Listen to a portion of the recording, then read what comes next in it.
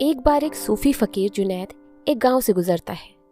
वह बड़ा पंडित था, बड़ा जानकार था, और जानकारों की बड़ी मुसीबत है कि वे जानते हैं तो वे दूसरों को जनाना चाहते हैं कि कोई मिल जाए जिसको सिखा दे। ऐसा हुआ उस दिन कि कोई न मिला। अधार्मिक गांव रहा होगा। कई को पकड़ने की कोशिश की जुनैद ने, लेकिन लोगों ने कहा कि अभी जरा दूसरे काम में जा रहे हैं, जब फुर्सत होगी तब आएंगे। यह लोग जानते रहे होंगे इस पंडित को। कोई ना मिला तो एक छोटा बच्चा मिल गया। वह एक दिया लिए जा रहा था एक मजार पर चढ़ाने को। तो जुनैद ने उससे कहा, सुन बेटे, यह दिया तूने ही जलाया? उस लड़के ने कहा कि निश्चित मैंने ही जलाया। तो तू क्या यह बता सकता है कि ज्योति जब तूने जलाई न थी तो कहाँ थी, और जब तूने जलाई तो कहाँ से आई, किस दिशा से? उस लड़के ने कहा कि देखो। फूंक मारकर उसने दिया बुझा दिया और कहा, अब ज्योति कहाँ गई? आप ही बता दो। आपके सामने ही गई, तब मैं बता दूंगा कहाँ से आई। जुनैद को पहली दफा होश आया कि बड़ी बड़ी ज्ञान की मैं बातें करता हूँ कि यह संसार कहाँ से आया, किसने बनाया, और यह ज्योति सामने ही मेरी आंखों के लीन हो गई और मैं नहीं बता सका कि कहाँ गई।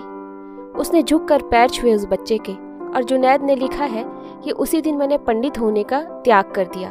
ज्ञान कचरा है, क्या बकवास मैंने भी लगा रखी है। छोटी छोटी बात का पता नहीं, बड़ी की बात कर रहा हूँ। अपना पता नहीं, संसार की बात कर रहा हूँ। खुद की कोई खबर नहीं, खुदा की चर्चा चला रहा हूँ। जुनैद उसी दिन परिवर्तित हो गया। जुनैद ने कहा, अब हम सिखाने नहीं निकलते, अब सीखने निकलते हैं। वह शिष्य हो रहा। वह बड़ा विनम्र आदमी हो गया। उसकी विनम्रता अनूठी थी।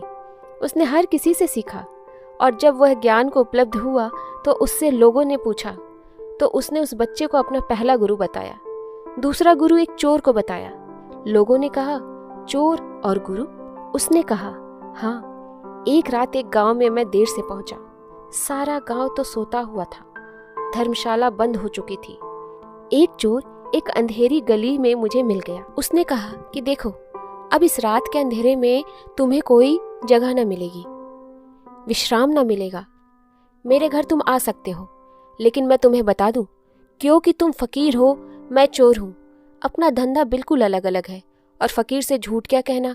सच सच बता देता हूं, नहीं तो पीछे तुम पछताओगे कि कहाँ चोर के घर में रुक गए। मुझे कोई ऐतराज नहीं है, और मुझे कोई डर नहीं है कि तुम मुझे बदल दोगे। मैं पक्का चोर हूं।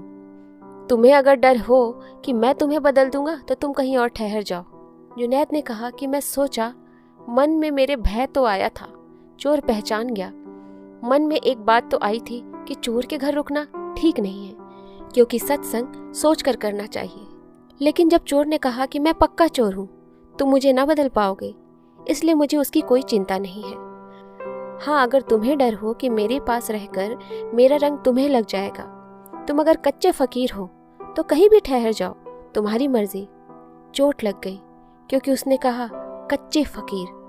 जुनैद रुक गया और फिर महीने भर तक रुका रहा। चोर अनूठा आदमी था। रोज सांझ चोरी के लिए निकलता, रोज बड़ी आशा से भरा हुआ निकलता, और जुनैद से बड़ी बातें करता कि आज महल में ही प्रवेश करने वाला हूँ, तो देखना कि तिजोरे ही उठा लाऊंगा। और रात जब लौटता तब भी उदास न दिखाई पड़ता। दरवाजा जब जुनैद खोलता और पूछता कि लाए, तो वह कहता, आज तो नहीं लगा दाव, लेकिन कल पक्का है। ऐसे महीना बीत गया, दाव लगा ही नहीं, मगर उस आदमी की आंख की चमक न गई, उसकी आशा न खोई, उसने कभी भी निराशा प्रकट न की, वह हताश न हुआ। फिर जुनैद उसे छोड़कर चला गया। बाद में जुनैद जब परमात्मा की खोज में डूबा और रोज दिन बीतने लगे और परमात्मा की कोई झलक न मिली, तो एक दिन उसने तय किया कि बस अब बहुत हो गया। अगर आज मिलता है परमात्मा तो ठीक, अगर नहीं मिलता तो समझ लेंगे है ही नहीं। तभी उसे चोर की याद आई, और उसने कहा कि उसने कहा था कच्चे फकीर और मैं पक्का चोर। और वह चोर साधारण संपत्ति खोज रहा था, लेकिन निराश नहीं है, और मैं परम संपत्ति को खोजने निकला हूँ और इतनी जल्दी हताश हो गया।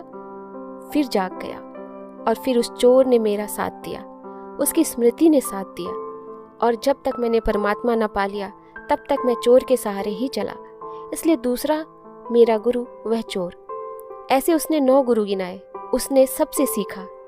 जब तक तुम मन का भरोसा किए हो, मन बड़ा सयाना है, उसे सीखने की ज़रूरत नहीं है, वह सीखा ही हुआ है, वह जानता ही है, और जो जानता ही है उसे जनाना मुश्किल।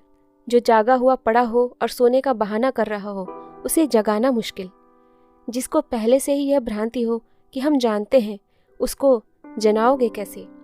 वह पहले ही अपने ज्ञान से भरा है, और ज्ञान कौड़ी का नहीं है, सब उधार है, तोता रटंत है, सीख लिया है, कहीं प्राण उससे भीगे नहीं है। बाहर बाहर है ज्ञान, अंतस अछूता रह गया है, भीतर गहन अज्ञान है, अंधेरा है, रोशनी उधार है और बाहर है, रोशनी किसी और की तुम्हारी रोशनी नहीं हो सकती, दिया किसी और का तुम्हारे काम नहीं पड़ सकता। बुद्ध ने अंतिम क्षणों में कहा है, अब दीपो भव, अपने दिए हो जाओ। कब तक शास्त्रों के दिए लिए फिरोगे? वे तो बुझे दिए हैं, शब्दों के दिए कब तक काम आएंगे? कहे कबीर एक राम भगति बिन, बूढ़े बहुत सयाना। कहते हैं चलत कत टेढ़ो टेढ़ो रे, और तेरे जैसे बहुत ज्ञानी डूब गए। अकड़ मत, यह झंडा मत उठा, तिरछा तिरछा मत चल, तेरे सयानेपन में कुछ सार नहीं है। बचे तो केवल वे, कहे कबीर एक राम भगति बिन, बूढ़े बहुत सयाना। बचे तो केवल वे जिन्होंने राम का सहारा ले लिया।